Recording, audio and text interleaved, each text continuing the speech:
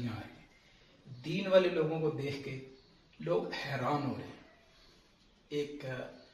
एक वाकया है, फ्रांस में एक जमात जो है वो पैदल चल रही थी, और जमात वाले पैदल जो चलते हैं फिर थोड़े सफ़र के बाद उनको आराम करना होता है, तो एक जगह वो आराम के लिए रुके और सड़क के पुल के नीचे जो एक साए में उन्होंने सब तय किया कि चलो ये नीचे चलते हैं, बैठते हैं, और उन्होंने तालीम शुरू की।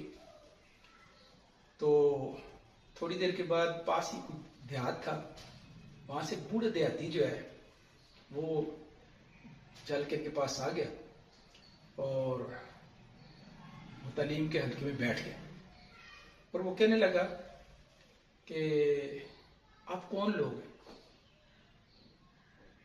अम्बिया? कहा जी नहीं, हम अम्बिया तो नहीं है, हम आखिरी नबी हजरत मोहम्मद सल्लल्लाहु अलैहि वसल्लम के उम्मती हैं।